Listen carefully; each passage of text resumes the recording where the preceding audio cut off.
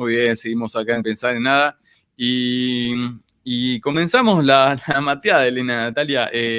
Bueno, recordamos a nuestros oyentes, lo venimos haciendo desde que comenzó nuestro programa del día de hoy, que hoy estamos en una situación muy particular porque no estamos saliendo por aire, no estamos saliendo por el canal de YouTube de Radio Contacto, por problemas técnicos de la emisora que nos informó hoy, hace unas algunas horas. Así que nada, tuvimos que hacer como hace el GPS, recalcular, y le estamos buscando la vuelta sobre todo porque pensábamos, ¿no?, en la audiencia, pero también en los invitados del día de hoy, que habíamos estado articulando varias cosas durante la semana. Si te parece, me parece que ya la tenemos en contacto a nuestra compañera Karina Scioli, quien iba a participar de la mateada, va a participar de la mateada del día de hoy, así que si las cuentas me dan bien, ya la pasamos a saludar. Buenos días, Karina, te saludamos Elena y Diego, ¿cómo estás? Buenos días, ¿cómo andan Elena y Diego? Bien acá, con el mate. Con el mate, muy bien, muy bien. Acá estamos, poniéndole onda a la transmisión ante todas las dificultades. ¿Qué va a ser, no? Va a salir.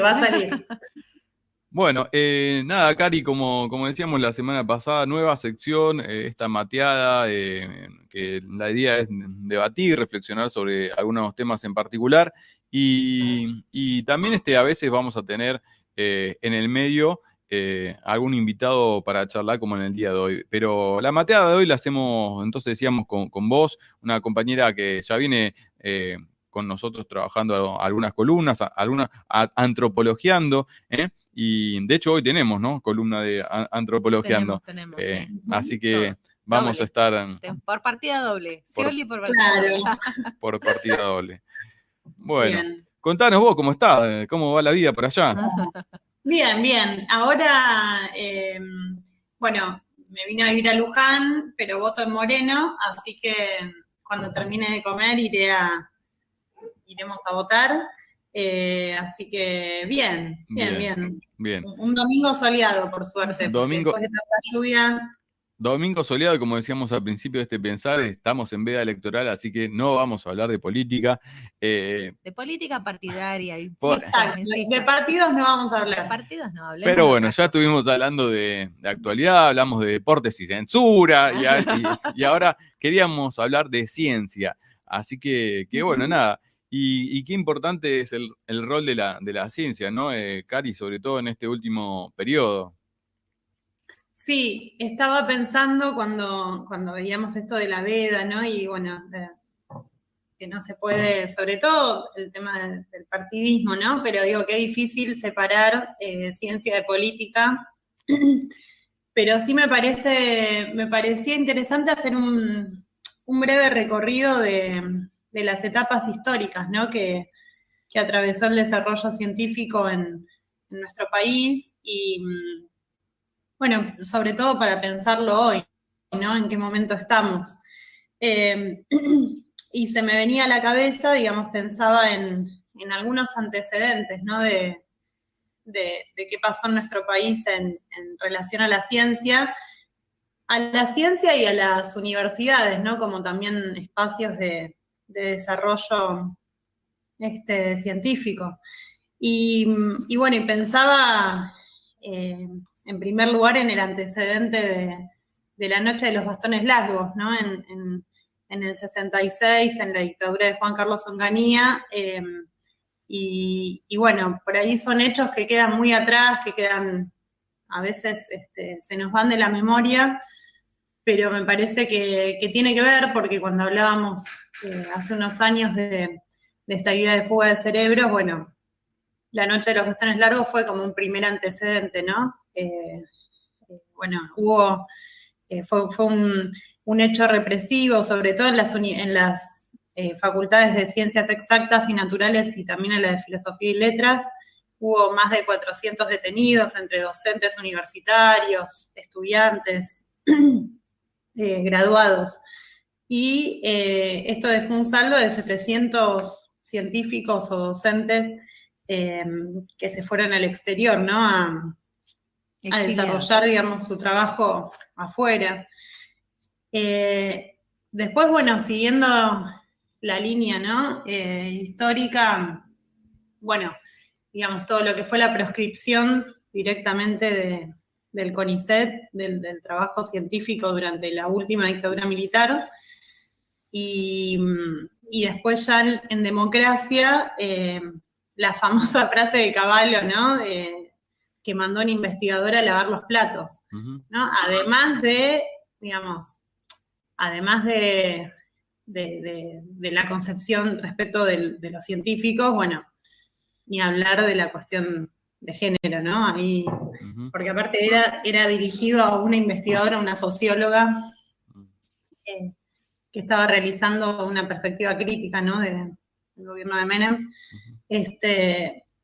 Bueno, ahí también hubo otro antecedente. Después, durante la alianza, bueno, también no lo voy a nombrar, pero candidato actual, ¿no? Que bueno, intentó arancelar las universidades. Bueno, me parece que digamos, la historia de la ciencia en este país tiene estas cuestiones, ¿no? A veces cuesta y es muy difícil sostener digamos, una línea o un criterio o, bueno, fundamentalmente el presupuesto, ¿no? Para poder desarrollar este trabajo. Pero bueno, más allá de estas cuestiones, también me parece interesante al pensar en la ciencia, no solamente pensar en estas cuestiones, en estos vaivenes, sino también me parece que al día de hoy tenemos que seguir preguntándonos ¿para qué hacemos ciencia, no? Claro. Cari, si te parece, ya nos comunicamos con nuestra invitada del día de hoy. La vamos a llamar en vivo y en directo porque, bueno, por estas cuestiones técnicas de último momento, no estamos en la radio, igual tampoco íbamos a estar, pero le iba a llamar el operador no está, así que la tenemos que llamar nosotros en vivo y en directo. Y Nuria nos dice que ya está con posibilidades de llamarla, así que la vamos a llamar. Perfecto. La voy a llamar con manos libres de WhatsApp, así que cualquier cosa vos decime si la llegás a escuchar bien o no, así podemos interlocutar con ella. No sé si ella, me parece que no sé si ella te va a poder escuchar. Voy a tener que hacer un injerto raro. A ver. Si no, hacen de traductores.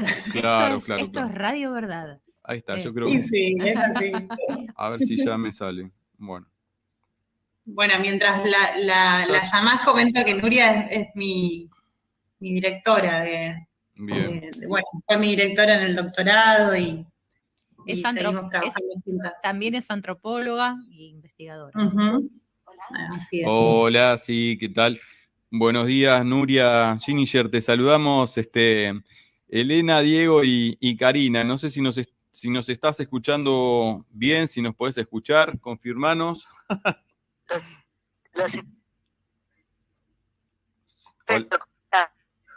¿Escuchás bien?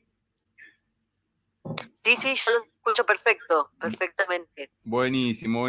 Bueno, ahí estábamos, te estaba presentando también Karina. Decías, Karina, presentala, a ver si ahora se escucha.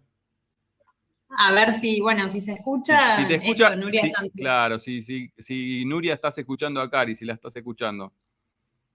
Sí, la estoy escuchando. Perfecto. Bueno, buenísimo. Bueno, confirmado todos los audios, seguimos. Bueno, decíamos que la excusa de esta mateada, estamos en la mateada, estamos en Pensar en Nada, estamos saliendo por streaming, por Pensar en Nada Radio, y queríamos hablar de ciencia hoy, en esta mateada con Karina y escucharla también a Nuria. Nuria es antropóloga, doctora en antropología, es investigadora de CONICET, también es parte de la corriente de Liberación. Y bueno, había varios temas que están relacionados con la ciencia.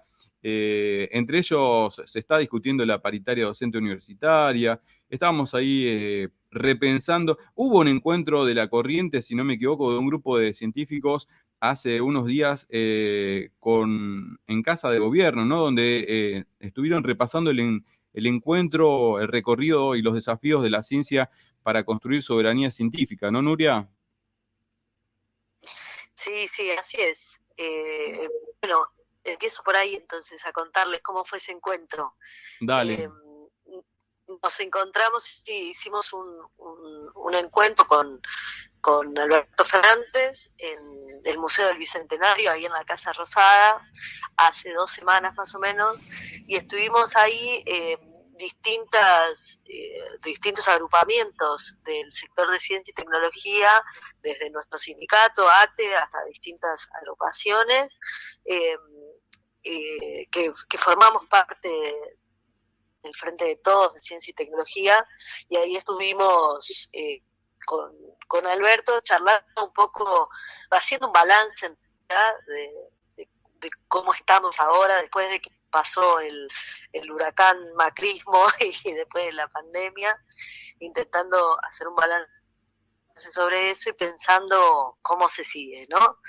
Fue una reunión interesantísima porque además nosotros hablamos, bueno, casi todos y el presidente nos escuchó, y la verdad es que el balance que hacemos tiene primero identificar cómo ha estado el ministerio por el pico, con un montón de científicos y trabajadores de la ciencia que se fueron de los organismos de ciencia o fueron a trabajar en el sector privado porque destruir, y además de que los estudios quedaron destruidos, las perspectivas de desarrollo científico, bueno, se limitaron tremendamente porque los subsidios de investigación, que es el financiamiento con el cual nosotros y nosotras desarrollamos las investigaciones, también se cayeron, desaparecieron o quedaron muy con montos muy, bueno, irrisorios, digamos. Uh-huh. Entonces, en ese panorama, digamos, de destrucción del sistema científico tecnológico público que hizo el macrismo, lo primero que dijimos en la reunión, lo primero que hay que decir es que el piso, digamos, recuperar el ministerio, recuperar los subsidios, más o menos arrimarle a la situación salarial de los trabajadores de nuestro sector, tenemos un piso desde donde partir, digamos. Uh-huh. Hay esas cuestiones que eran cuestiones de urgencia, de emergencia, fueron relativamente solucionadas o solucionadas del todo, uh-huh. y a partir de ahora sí podemos pensar un plan estratégico de ciencia y tecnología para nuestro país. Y qué bueno, qué importante eso, Nuria, porque estamos hablando de, primero, valorar todo el rol del sistema científico más allá de la pandemia, valorarlo y también ir pensando a futuro, construir finalmente una soberanía científica, ¿no?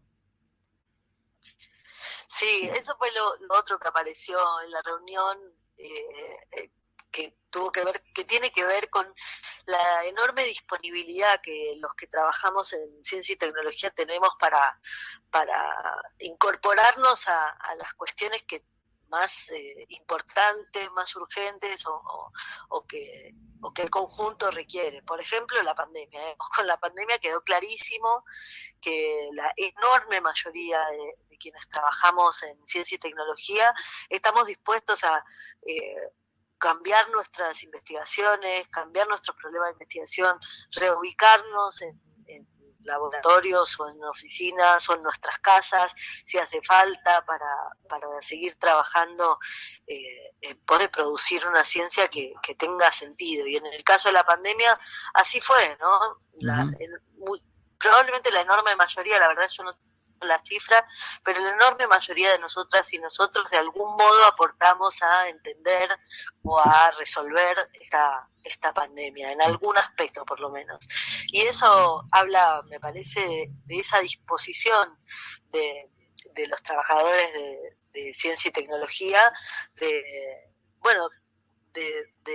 colaborar, de resolver, de aportar a un a un país que requiere un montón de cuestiones, ¿no? Que tiene muchísimos problemas de dependencia de su desarrollo y que tienen que ser resueltos, tal como vos decías, con soberanía. Y esto quedó claro, me parece, en la pandemia, y también, y esto hay que resaltarlo, y sobre todo hay que resaltarlo para pensar un plan de ciencia y tecnología que efectivamente de manera sistemática pueda colaborar en llevar a nuestro país a otra situación de saliendo de la crisis, de mayor bienestar para nuestro pueblo. Evidentemente los científicos, los administrativos, los becarios del sistema científico, que son muchísimos, bueno, hay un montón de trabajadores y trabajadoras diversos en ciencia y tecnología, que además son no solo de CONICET, son de otros organismos, del INTA, del INTI, de la CONEA, de la CONAE, bueno, de las universidades públicas fundamentalmente, que estamos dispuestos a ponernos en esa línea, digamos, que si nuestro pueblo y nuestro gobierno definen ir hacia un plan de desarrollo estratégico que implique reubicar nuestras investigaciones en una dirección, estamos todos y todas dispuestos a eso.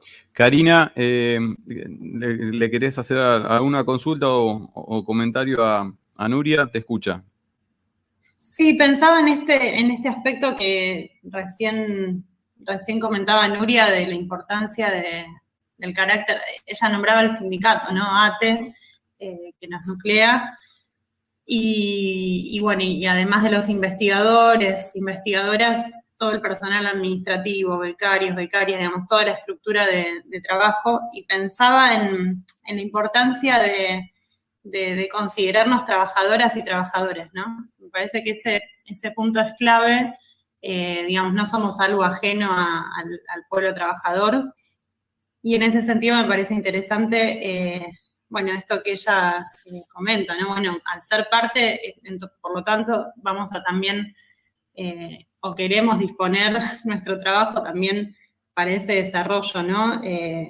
Más popular. Y pensaba, bueno, en los debates que se dan y que se siguen dando, ¿no? Si la ciencia para qué, ¿no? Si es la ciencia para el desarrollo nacional, para el pueblo. Pienso también en todas y todos los que están trabajando también en asambleas ambientalistas, en asambleas de mujeres, digo, me parece que ahí, no sé si comparte Nuria, pero que también ahí es interesante y sigue siendo interesante esta pregunta, ¿no? De ciencia para qué, para quiénes. Sí, yo pensaba también en esta cuestión donde siempre la ciencia se ve como, o se intenta ver desde algún sector como algo por fuera de la historia y de la política, ¿no? Entonces, acá lo que estamos es una ciencia situada, digo, más allá de los rigores de las cuestiones científicas, y ser parte también de la reconstrucción de un pueblo, como está contando Nuria, ¿no? Me parece que eso es algo, bueno, fundamental, porque sino que, digamos, me parece que tenemos también colonizada la cabeza con la idea de la ciencia, ¿no? Y con esto que vos decís, ¿quién es el científico, no? O sea, como esa palabra también lo corre de su lugar protagónico, que es el de trabajador o trabajadora de un ámbito, pero que no deja de producir, ¿no? Nuria.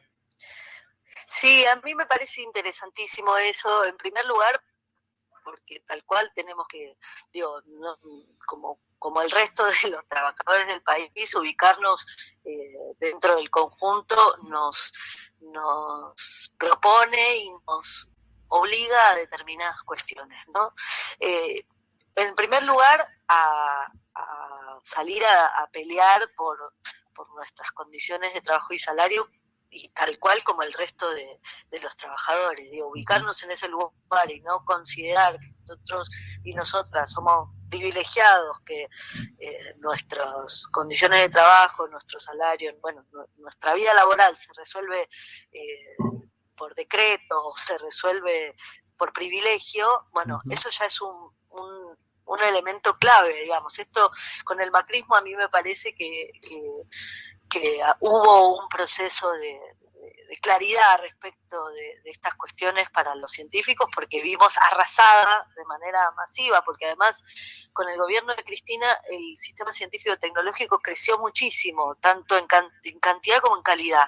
Y entonces la enorme cantidad de científicos y de trabajadores de cada una de las áreas de la ciencia, que vimos arrasadas nuestras condiciones de trabajo, nuestras posibilidades de producir durante el macrismo, también nos ubicamos como el resto de los trabajadores que estaban sintiendo lo mismo que nosotros. Eso por un lado, pero por otro lado, y a mí me parece lo más importante, ubicarnos como trabajadores también nos tiene que obligar a producir una ciencia en esa clave, desde ese lugar, partiendo de ese sujeto concreto y en esa dirección, digamos. No es lo mismo producir ciencia sin darse cuenta de dónde uno está ubicado, en qué lugar, en qué país, en qué historia, en qué clase, en qué género, digamos, sin tener coordenadas claras. Digo, que uno puede producir pensando que es aséptico, puede producir dándole lo mismo si esa producción científica redunda en el bienestar de las mayorías o no, digamos. Si uno está desubicado a la hora de producir, bueno, también la orientación de su producción va a estar desubicada. Y si está desubicada, probablemente favorezca a las multinacionales o a los sectores académicos más poderosos, que son, bueno, revistas monopólicas que están en Estados Unidos y en Europa, fundamentalmente. Y en ese sentido, Nuria, mira, justo estaba pensando en hacerte la última pregunta y justo me parece que está yendo para un lado que podemos integrarlo, porque también se estuvo hablando en estos días sobre la paritaria docente universitaria y yo por lo menos me hago cargo de mis palabras. A mí todo el tema de cuando nos reciben, nos dan un abrazo, dice qué bueno que está todo lo que estás haciendo y todo, en general, en todos los ámbitos, está muy bueno, pero muchas veces se cree que porque sos docente te alcanza nada más la vocación o por si sos militante lo tenés que hacer, y se pierde de vista para mí, mi lectura, el tema de los derechos y que también para eso hay que poner recursos. Y cuando se habla de recursos, de dónde vienen los recursos también es importante y me parece que se puede hacer una lectura. Y ahí voy, yo te sigo por redes también, hace unos días hiciste un posteo, y no lo titulaste como yo lo voy a nombrar, pero yo lo titulo, Segato versus Morales. Porque hay algo ahí, una lectura de ciertas capacitaciones que estaba haciendo la doctora Segato, y en cambio me gustó la lectura esta, ¿no? Que hacía sobre el expresidente Evo Morales, que sigue caminando las calles y visitando y dándole frente a las derechas que siguen pegando tanto en Bolivia como en Perú. Sí, a mí me parece que bueno, hay varias cosas. En esta línea de ubicarnos, digamos, como trabajadores del sistema científico-tecnológico y en estas obligaciones que nos demanda la ubicación, ¿no? Tener claro quiénes somos y por qué. Hay algo que tiene que ver con reconocer que lo que producimos, el objeto de que producimos, digamos, que la ciencia como objeto de producción tampoco es neutral, digamos. Es decir, si uno la produce de determinada posición política, ideológica, etcétera, tiene una orientación determinada y si no se hace cargo de esa posición, tendrá otra.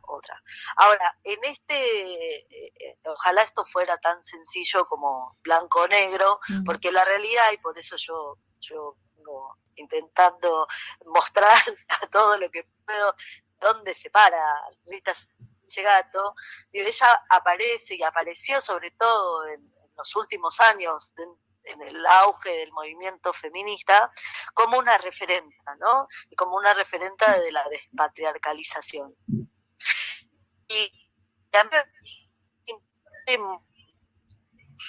la política, digamos, cómo se ubica de los procesos transformadores que se dan y que se dieron en nuestra América, porque me parece que no son dos cosas distintas, ¿no? Que cuando nosotras nos paramos desde una posición de clase, desde una posición de género, no podemos olvidar ni asumir lugares esencialistas. Y con esto vale para todo, digamos, no es que, bueno, yo porque soy mujer, si Evo Morales tiene, no sé, alguna actitud machista, tengo que impugnar el proceso que el pueblo boliviano está llevando adelante. Digo, hay algo de ese esencialismo que Rita Segato lleva adelante, digamos, que propone, que además de ser, bueno, falaz, digamos, desde el punto de vista científico, si se quiere, es peligrosísimo, ¿no? Y ahora lo estamos viendo con sectores liberales mucho más de derecha, pero que en algún punto tienen estas mismas afirmaciones.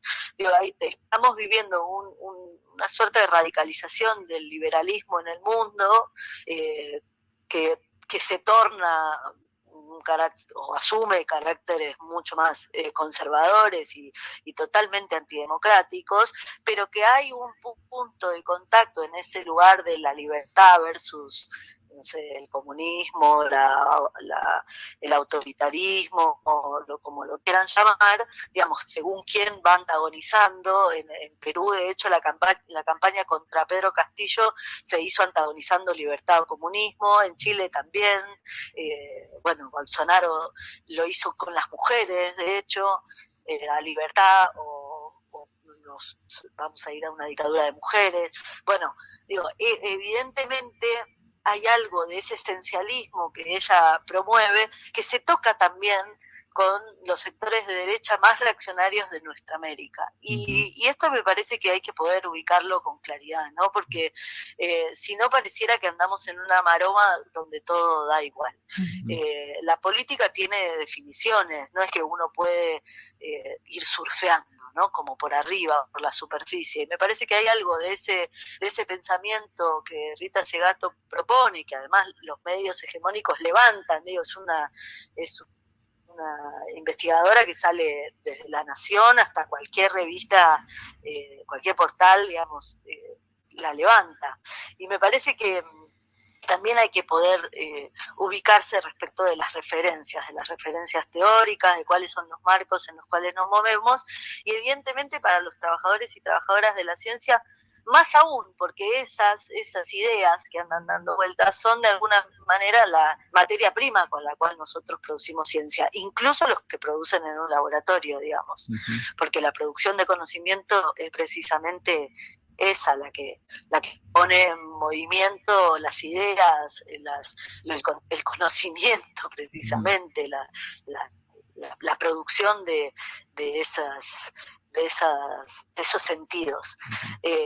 Así que sí, bueno, hay muchas ideas justo otro día tuve una reunión con un compañero de exactas, de la Facultad de Ciencias Exactas y Naturales de la Universidad de Buenos Aires, y no nos conocíamos, y entonces cuando empezamos, hola, ¿qué tal? ¿Cómo te vas? Y vos también sos de ciencias, me pregunta. Ajá. Y yo le digo, bueno, yo soy antropóloga, la antropología es una ciencia. Ajá. Y entonces le dice un chiste, bueno, evidentemente hay entre nosotros ideas y sentidos que circulan que promueven también elitismos en esta dirección, ¿no? Claro. Hay algunos que hacen ciencia y hay otros que no hacemos, hay otros que son trabajadores, no sé, los administrativos no hacen nada para algunos científicos y científicas, digo, o los técnicos o los profesionales que hacen todo lo que tiene que ver con sostener la investigación desde el punto de vista técnico.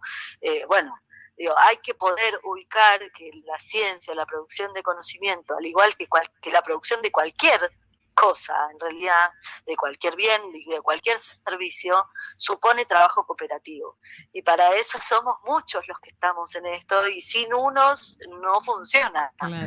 Entonces hay muchas ideas por desandar, ¿no? Por deconstruir. Me parece que Pensaba, cuando te escuchaba y me venía compartiendo este riesgo de los esencialismos, también, bueno, no en todos los espacios, pero sí en algunos de los feminismos que habito, cuestionamos esta mirada o esta palabra de lo que se llama, ¿no?, las vacas sagradas, ¿no? Es una expresión medio rara, pero digo, esta como que gente que es intocable, que vos decís, bueno, su palabra como una sentencia, y no poder situarla también, ¿no? O sea, uno puede escribir, bueno, sí, compartir determinado posicionamiento, bueno, pero todo siempre contextuado, ¿no? Porque me parece contextualizado, porque si no, pasa a ser una sentencia, una cosa esencialista, y me parece que ese riesgo que vos decís se corre en todos los ámbitos. Así que, bueno, nada, te tomaba y me parecía muy interesante lo que estabas planteando. Sí, sí, a mí me parece que eso es clave, digo, es un ejercicio que por supuesto no solo tenemos que hacer quienes trabajamos en ciencia y tecnología o quienes trabajamos en educación, sino que hay que hacerlo de manera conjunta, ¿no? El ejercicio de la crítica y de poder ubicar esto que vos decís, de contextualizar, bueno, se ubica en tal lugar, respecto de tales cuestiones tiene tales posiciones, digo, poder asumir una mirada más integral a la hora de leer algo o de que hay algunas cosas, la verdad, que hemos aprendido, también hay que decirlo, ¿no? El pueblo argentino sabe mucho de contextos, digo, que difícilmente alguien hoy lea el Clarín pensando que, no sé, que dice la verdad. Y esto también es un ejercicio de lucha impresionante, ¿no? Que en un momento de la historia dimos determinadas batallas que permitieron que eso ya no se pueda hacer más. Y eso es muy interesante. Bueno, esto también evidentemente tendrá que ocurrir con aquella ciencia de élite o estas vacas sagradas, como vos lo decías, ¿no? Nuria, muchísimas gracias por este contacto, por hablar de ciencia con nosotros un domingo como hoy tan especial, y desde ya te agradecemos un montón. Un beso grande, no sé si te tienen que decir algo. Gracias por llamar. No, por favor. Cari, ¿le querías decir algo más a Nuria o...? Saludos, no, saludos. Nos estaremos hablando en estos días ya que trabajamos juntas, así que... Bárbaro. Un saludo grande a Nuria. Será hasta la próxima, Nuria. Chau, chau. Bueno, era Nuria Schiniger, sí. Terminando la mateada, la verdad que este esfuerzo de producción es... Sí, igual funciona. Seguimos con Cari, seguimos porque la mateada sigue y bueno, creo que salió bien, no sé qué piensan ustedes.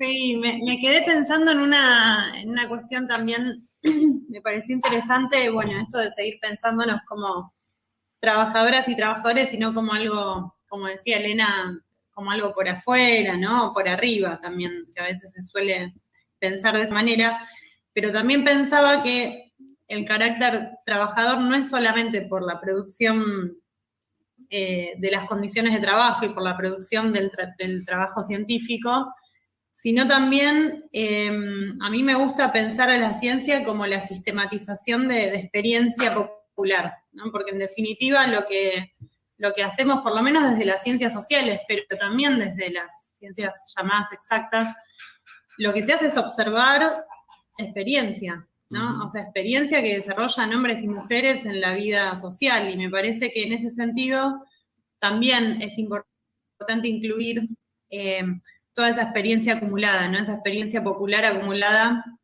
que uno lo que hace es sistematizarla, analizarla, digamos, dedicarle tiempo a eso. Pero me parece que eso coloca en otro lugar también al resto, ¿no? O sea, incluye al pueblo, ¿no? Exactamente.